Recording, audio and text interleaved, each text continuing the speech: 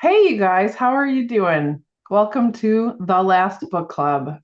So we're here to honor Angela Brancato for her story and a little bit at the end, maybe for me, for my story, For both of our stories. for both of our stories. And it'll be interesting because I usually moderate these, right? If there's a lull, I'll ask a question. Um, but I can't do that for myself. So Angela's gonna moderate we're gonna just do this together so that I'm not moderating myself. Hi, Faith. I So think. welcome all of you here. And do you want to introduce your fam a little Sure. My bit? my husband Dean, my mother-in-law Irene, my father Bruce, my son Andrew, my brother Tom. Did I get everybody? I think I did. So I'm so happy they're here. They've been so supportive. That was so fun. And And then we also have Shan and Victoria and Lisa, and also Faith from the first book from last year. So all the authors, thank you so much for coming. It's a midday lunchtime kind of thing, but really appreciate you being here. Um, yeah, so let's talk first about Angela, her story.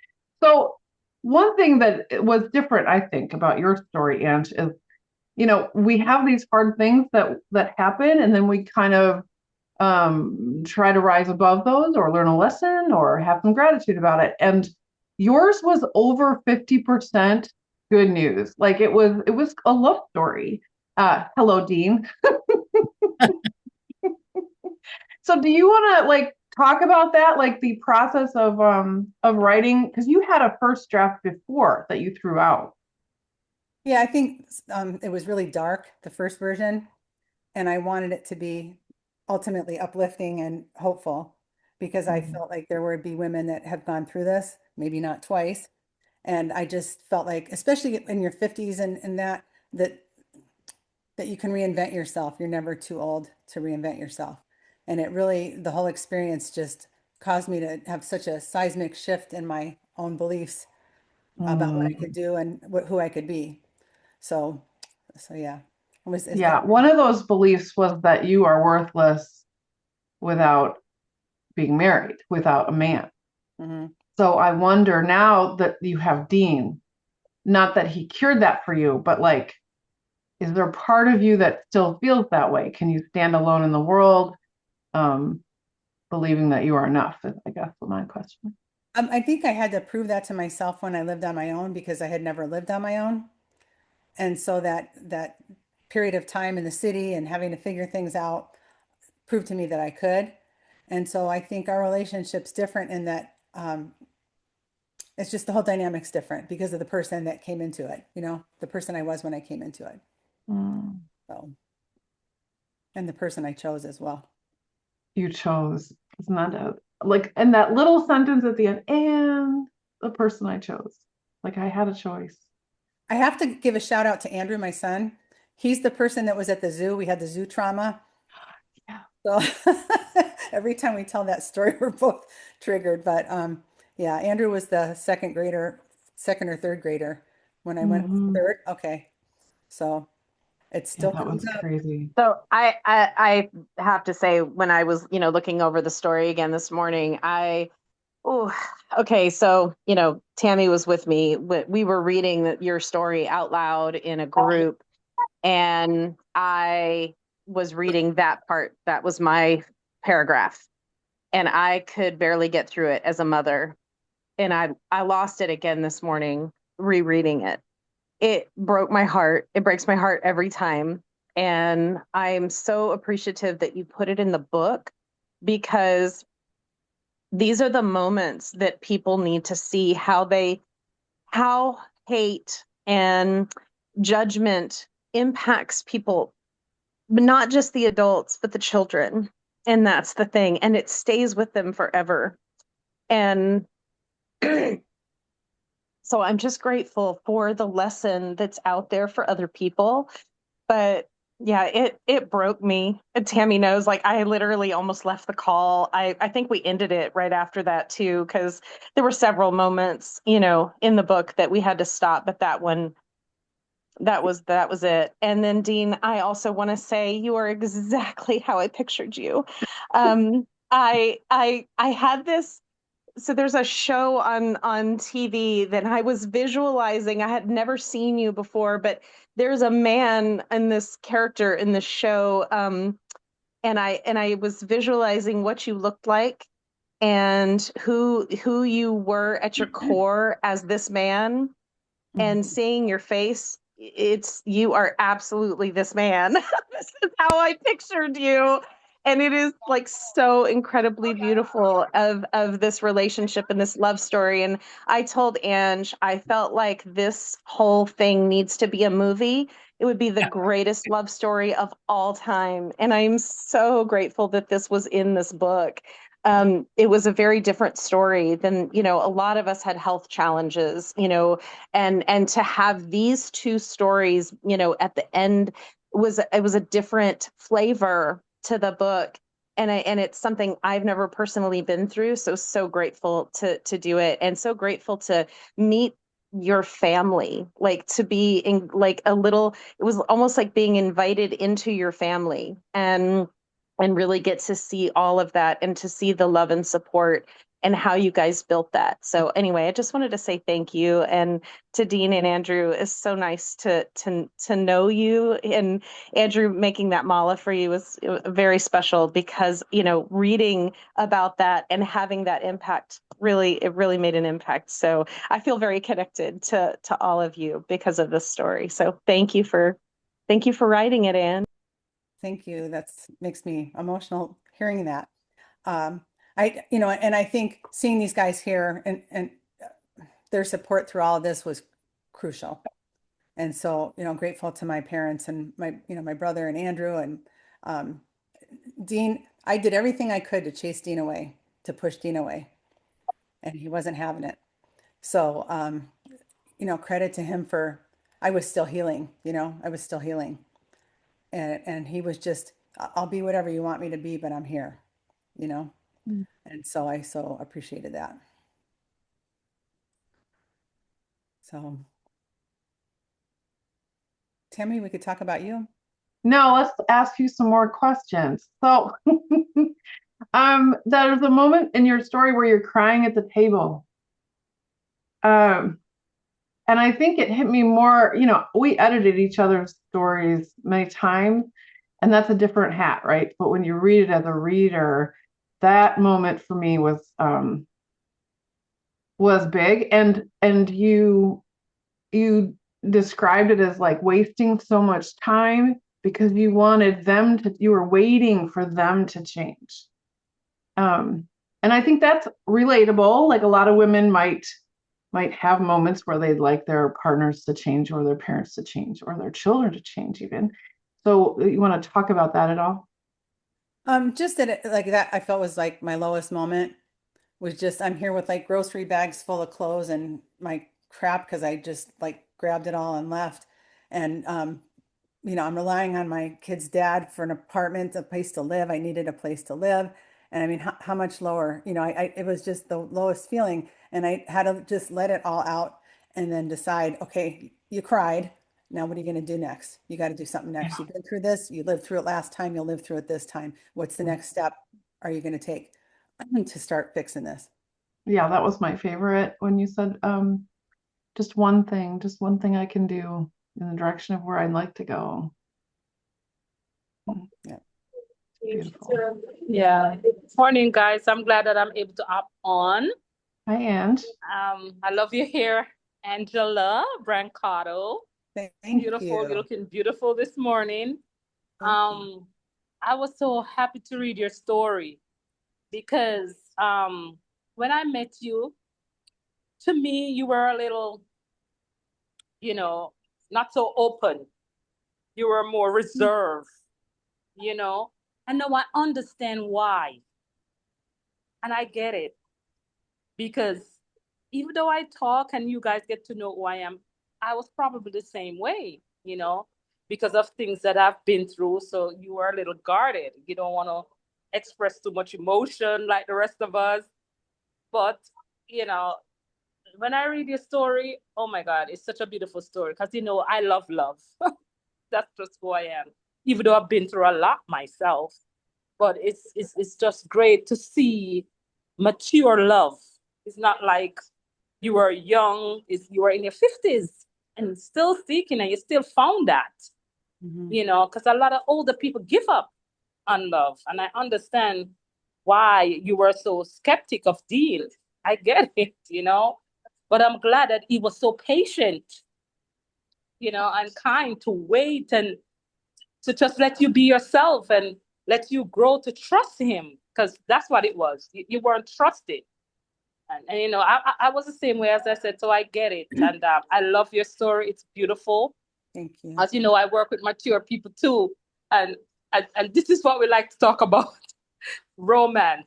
That's one of my thing that I love to do. So I'm definitely going to share your story there, to let them know it's not over. Even if you're in your 50s and you have to start over again, it's not over. You still have life. As long as you're living and breathing, you can still find love. And I enjoy your story so much. And I'm glad that you met Dean, who was able to be so patient with you and let your soft side come out. Because I know it's in there. I knew that it was in there. And it's in all of us, even though sometimes we act so like things don't bother us and we don't care. But deep down, everybody wants to be loved, and I'm so glad that you found that in your later years.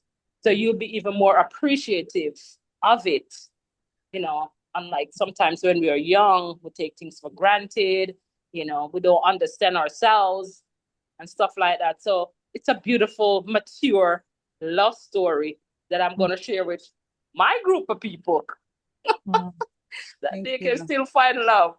So thank you for sharing your story and letting me into your world to see who Ange really is. Thank you.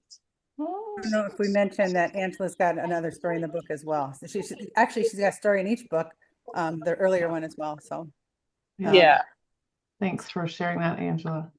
I agree, and I think so. Divorce for women over 50 is just exponentially higher than it used to be. And as someone who is divorced in her 50s, it is a hopeful thing. It is a very hopeful thing. And I think maybe that was the purpose in you just being here at this time with us, with me, is just to share that story so that I can digest that, because it's just a beautiful thing. And that part, I love how you found community. You found so much community, and have been able to build on that. Made a family of friends in different areas of interest for yourself and everything. I think that's been helpful. The support of women, I think, is huge through this kind of thing. Yes, it is. It is. I'm glad I met all y'all. I love all of you. You're amazing ladies. And as I said, brave too, for sharing certain details of our lives with the world. Many people don't want to. You guys all opened yourselves up to sharing such deeply personal things and difficult things. And I think it brought us together as a group of writers for sure. But I think the readers, I hope, came away with hope, mostly just came away with hope from these stories. Angela, I just wanted to add that, when I read your story, I really identified with it as well. I lost my husband suddenly in 2018, and it was a rough time. I went through a really dark place, and a really dark time, and it was a tough period. And when I started to date again and put myself out there, it was scary. I'd been married for, at that point, it was 23 years. And to have to, to step out or actually almost 25 years, and to put myself out there and start to date again, it was horrifying. And I started the whole, online dating thing. You put your toe in and then you meet a couple of guys and you find some real winners, stalkers, the whole nine. It was something else. But I did find my husband, found him online on Match.com, and much like you, we started texting and messaging through the app, and then we started talking, and then we met at a park because it was during COVID, during the pandemic, and we met at a park, and went for a long walk and drank a bottle of wine together, which kind of cut the nerves. And, and here we are 6 years later. I'm honestly, I can say this, I'm the happiest I've ever been in my life. My first marriage was, even though it was tragic and sudden the way he was gone, it wasn't the best marriage. We had our issues. And, to recognize that there's somebody out there that I didn't have to work so hard to make a marriage work. Yeah, is it perfect? No, no marriage is ever perfect. But, I can honestly say I go to bed every night happier than I've ever been. So I saw a lot of myself in your story, even though it was different, it was very similar. So thank you for sharing it. Well, I love that for you that you found your happiness too. So thank you for sharing your story. Uh, you're exactly the person I was hoping would read my story, So thank you. Well, one of the things that I really was impressed with was um, Dean's patient display of like unconditional love, just accepting you for who you are and just being steady, being there. And how important it is to also be able to get yourself to a point where you can receive that. I mean, it's just, I mean, yeah, I like to think of unconditional love as this just like amazing thing, and that people will know it when they see it or when they feel it. But if you've got things in your past are that have helped you to block your view, I mean, the beauty about this courtship was that he saw you and he saw who he loved, he saw who he wanted, and he was patient enough to give you the space to find your way to be able to meet him where he was. And that was just it was beautiful. It was beautiful. I I was struck by it. I was surprised by how it, how you unfolded it, but it was really beautiful and so reassuring, and kind of gives you the understanding that it doesn't love does not have to be hard. It's like it should feel like you're not having to struggle for it. So yeah, you guys are blessed. You're very Mm, fortunate. We are. Thank you for sharing. agreed. There's a line in there that you put that something about he said to you, "You're beautiful I think you're beautiful all the time." What was that like for you to hear that? I had a hard time receiving it. Just had a hard time receiving it. So when he says that to you now, I still have to tell myself he believes that. He believes that to be true. Yeah. But I'm working on it. I'm working on it. mm, I don't think he's making it up. after all this time, yeah. Really. But I mean, a lifetime of not thinking that about yourself, takes a while to unwind. So, Mm, yep. Yes. So, but thank you everybody for the comments. I so appreciate them. I'm glad people felt touched by the story in some way. That means a lot to me. And so we should move on to Tami. Well, as an exercise in discomfort, I will let go and just allow this to happen. I was very nervous about writing this story.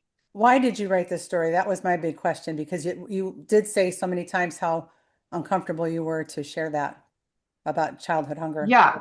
So this whole endeavor, these books, these groups of people trying to get clarity on what's happened in their past and like move forward from it, and get a little more comfortable with feeling uncomfortable, opening the closet and letting the light shine in and like sorting through it all. Like, this is the thing that I am doing here, right? This is what we're doing here.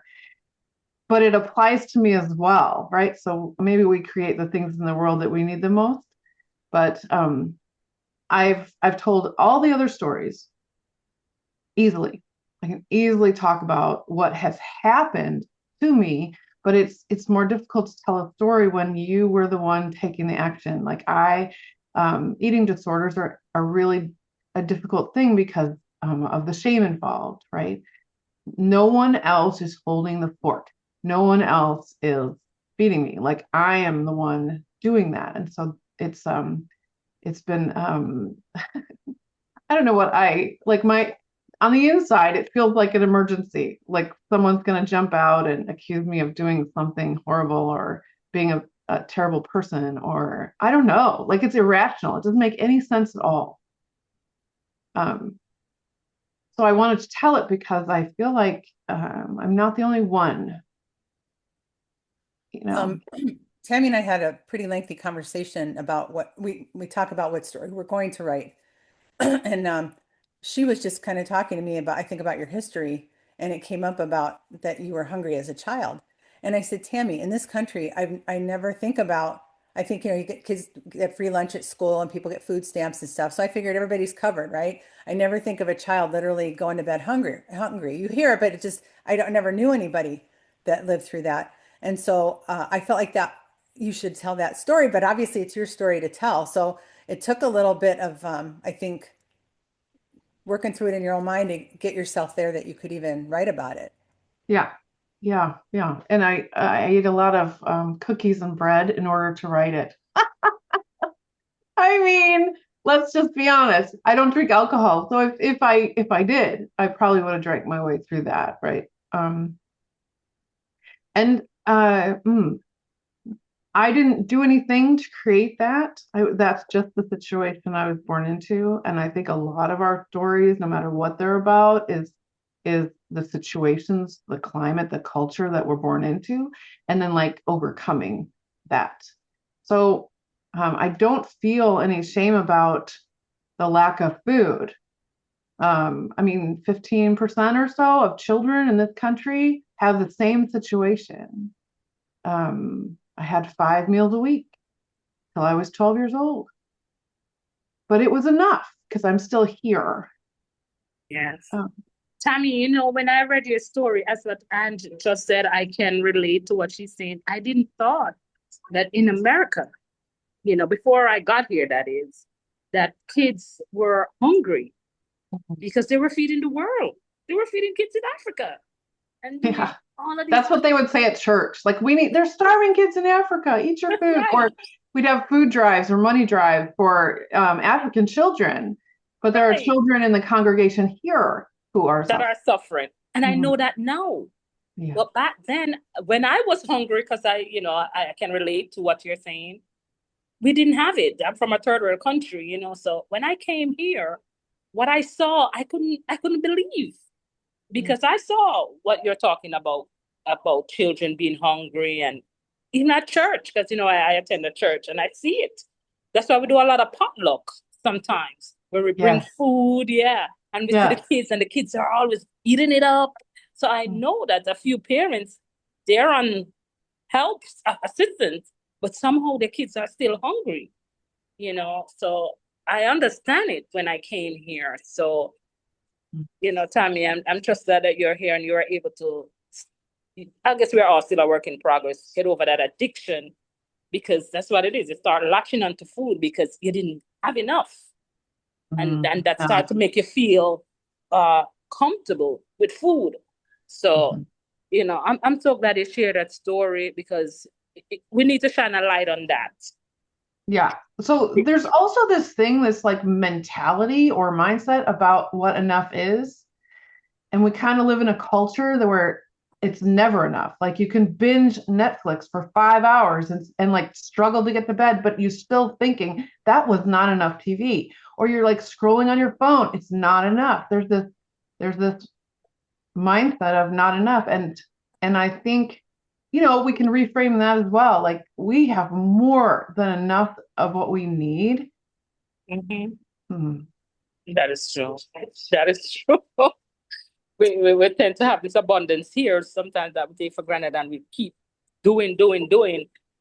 And there has to be a cutoff point. But I love your story. And as I said, we need to shine a light on that. There are kids here in this country, even today, that is in that situation, you know. And thank you, Tami, for sharing your story. I just love you both, you and Ange, and I appreciate you guys. So I had to be on here to show my love and support for both of you, you know. Thank you. So Thank you. thanks for sharing your stories, guys. Can I comment on Angie's portion? Yes, all day long. Well, obviously as dad, I've been every minute of Angie's story, part of it. And as a firstborn daughter and the only daughter in our family, there's obviously a special connection with Angie. And the book her portion of the book was interesting to me because there was it was a kind of a emotional roller coaster because there were some dark areas in her life, and Dad only got certain about it.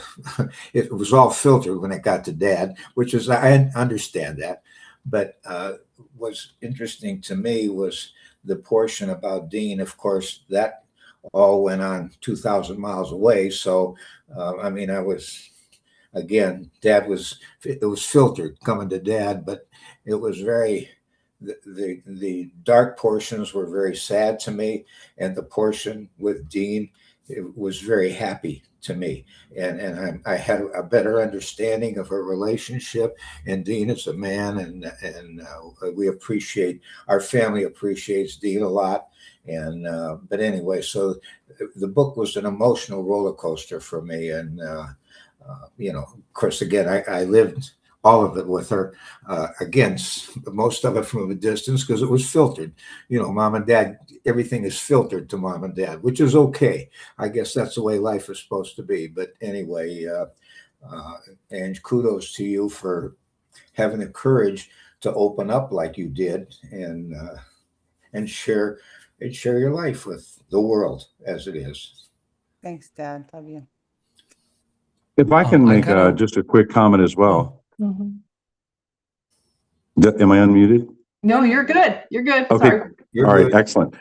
Just a quick comment. Angie obviously has shared her story with me, and then just being on this call, I just want to applaud all of you ladies for your courage and your resilience.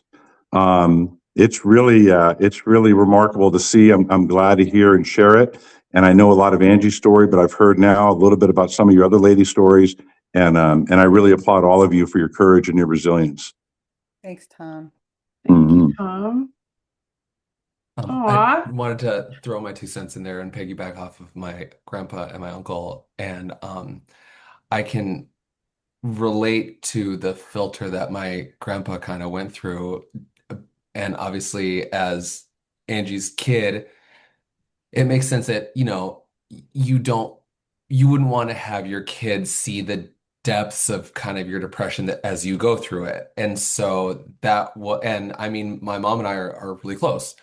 And reading her story, for as much of the story that I was a part of and that I knew from witnessing it personally, there was still parts of it that like I said, the depths of how much my mom was going through was still, there were lots of it that I didn't even know. And so to the point of everyone's story that they've shared, it's that vulnerability and courage that goes along with sharing that journey that really makes it impactful to the people that you share it with. And in addition to everyone, of course, my mom, I think that's the thing that like really stood out to me. And I actually had a question for my mom that I don't know that if we had a chance to talk about it. The journey shows you, it's your arc, it's your change, right? And so what is the change that you made, for the conclusion you came for yourself that was most positive to you? And what was something that you learned from someone else that was most positive to you? The thing I learned, I think, was the transition to be a complete woman. I had to be married and had to be married and have children. Gosh, I've learned from lots of women, Andrew. Like I've learned how to be a mom. Obviously from my own mom, but from friends and things because I had you guys so young. But being independent, excuse me, my roommate had been, she was a general in the National Guard, the one I mentioned that was paying for the dating services and stuff. And so when I thought, she fought in Afghanistan and all this other stuff, and I thought, holy cow, like the stuff that women do that you don't think about, right? And so it's the idea that like you can do anything. And I was doing it, just putting together that piece of furniture just made me feel so good. So it was like little incremental things, examples of other women and little tiny achievements and accomplishments that kind of just gave me another boost. So, and truthfully, I didn't know that many women that were not married and had kids because I'd been a teacher for so long. Most of the women around me were married and had children. And in fact, like I had said, I grew up in a little Italian, I mean, our community wasn't all Italian, but the people we hung out with mostly were Italian Catholic people. And so that really shapes you. It really forms who you are. And you see this stuff on, like I said, Mary Tyler Moore on TV or that girl or whatever. And I'm like, oh, what? They have pretty clothes, whatever, but who cares? They don't have kids. And I think they were reveling in their independence and their achievement, and that's a good thing. That's not a bad thing. So I think just kind of changing my paradigm as I was living it, right, and it made a big difference. Does that answer the question? Okay. Thank you It's guys. interesting. Oh, go ahead, Irene. No. Okay. Oh, I know she was going to talk. Go ahead. Oh, maybe not. Okay. So you spoke about like the influence of women. I think that can be positive and negative, just like with men, it can be positive or negative. But the woman at the zoo, right? Mm-hmm. Or the women who show you what's possible. Like there's such a range there because we can be really judgmental and harsh with each other. Mm-hmm. But we can also, if we choose to, if we have that intention, like raise people up, you know. Mm-hmm. So who raised you up, Tammy? Woo, there's a list of people. There's a list of people. I think in the gratitude section, I highlighted some of those people. There were, the women who have the clipboard at church who like choose to serve, right? And then the clipboard goes around, everybody signs up. Each one of those people who brought a meal on Saturday nights, all of them. But then also Bill, who fed me every Sunday for 5 years. Um, and then as a married person, I was married 28 years. There was every kind of colorful, all the different variations of support or lack of support and the people around me, mostly from church, because when you're just really knee deep in that kind of church atmosphere, there wasn't a lot of people on the outside of that I knew. It was just church. Every time you moved, it was just church. And there was all types of people that showed me what I did want to be and then what I didn't want to be.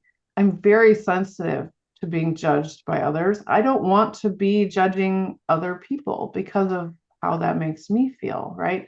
So sometimes your biggest examples or lessons are from people who treat you badly, Yep. right? You just learn, I don't want to be that.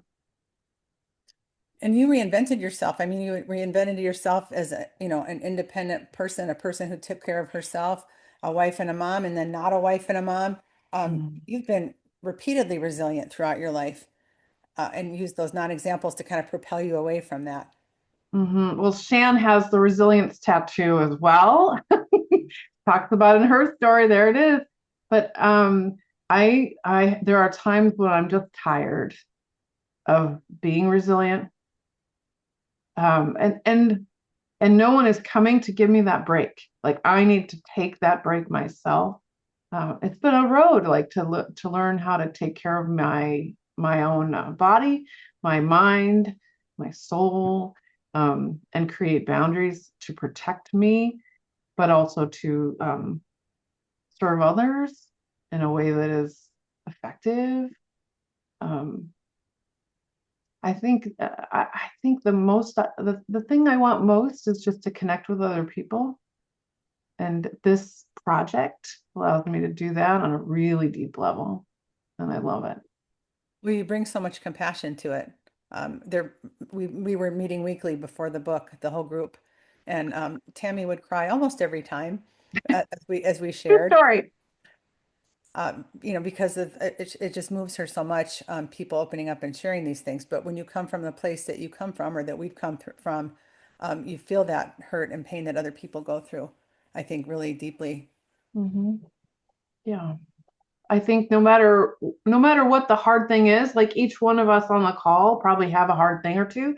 No matter what that hard thing is, like the feelings are the same, right? Loss, grief, loneliness, insecurity. Can I say Yeah. something? Yes. Okay. I just wanted to say too how I enjoyed all your stories and the courage and everything else, because you don't realize all what it's, you know, when you what's going on. And I know I went a lot too when I was young, but I can't, you know, a lot of times I don't want to come out with it, you know, so I don't know. It's hard. So it really took a lot of courage to do all that. And then to get where you are now to help yourself, you know, to have a better life and to better yourself and all that. I think it takes a lot of courage though. Yeah. And I'm glad, you know, with Angie too, you don't realize all that. You don't say anything what you're going through. And that is a lot too. You know, see, I didn't have that in my family. I mean, there was no affection or anything, but we all got together very good, you know, showed affection, but I left. You know, there was never any affection when I grew up. And it kind of bothered. I wanted to have a dad. I wanted to, you know, there's a lot of things and it makes it hard. But and then you all coming out with all that is really amazing. Oh. But I hope you don't mind my sharing, Mom. My mother-in-law was born in Germany during World War II. She was born in a bomb shelter. So Oh my goodness. I think she could write a really great book if she ever wanted to. She's got Yeah, that's a big story right there. I'm not a good story writer. I told her I'd help her. I'd help her if she ever wanted to. Yeah. And If she'll be you your record it, ghostwriter. she'll write it. And you'll write it. Yes. Yeah. It's and one of the biggest things about this book for all of us, and with these two amazing ladies at the helm, you know, Tami being the best bus driver ever, which is what we took to calling her, and you know, and both of them being the most incredible editors of, you know, of our stories, and coming from completely different places, we got the different flavors. But it gave us the bravery up to tell our stories. And when we got surface level, it was them telling us, go deeper, go deeper. There's something else underneath. Go even deeper, right? And every one of us got that from both of them. And Irene, if this inspires you to finally open the door to telling your story and sharing it, just sit down with Ange and have that conversation and record it and let her ghostwrite it for you, because oh my God, she's an incredible writer, as you know. But Yes. what we all learned is every one of us has a story. Every single human being has a story. And most of us don't tell them. We have the mask. I talk about that in my story. We have the mask. I think all of us talked about it in some way, shape, or form. And that's what we show the public. And this is what we all had the bravery to do because of these two incredible women, was take off our masks and put it out there for everyone to see. And if it inspires anyone to be able to do that, do it. You know, there's another book coming out in the fall, and maybe Irene, you're I a look candidate forward to for it. that. Yeah, I look forward to that too. So Oh. Work on her. I'll work on her. Thank you guys so much for all the support and the love, and for coming on here and talking with us. The whole thing's been a labor of love, and we couldn't have done it without each other. You know, the support that we've given one another, and the inspiration. You guys have inspired me so much. So, so thank you, Tami, for you know, being the groundswell for getting this all going, and for including me in it. The one thing about editing with Tami, and you guys have heard me say this, is that we come at it differently. I don't know why. We just have two different brains, I guess. And Tammy will find things that I don't find and vice versa. And it ends up being this great partnership. And so it's been just a true honor to be a part of it with you guys. So thank you. And good luck to, everybody keep writing, just keep writing because you all have great things to tell the world. Yeah. Yeah, I want to thank all of the writers as well. It's such a beautiful thing to watch you support each other. So we divvied you up into like accountability partners and watching you contact each other and love each other through this process, which can be emotional, was a beautiful thing. Thank you very much. Mm. Thank you Thanks all for having us. thank you all for sharing. Thank you all. Yeah. Thank you all for sharing with us. All right. Thanks, guys. That wraps up our book club. Yeah. Thank you so much. So we'll be doing another book next fall. So publishing again in March and April. That So Irene is going to be in. Irene. We would With the love it. ghostwriter Ange. Yeah.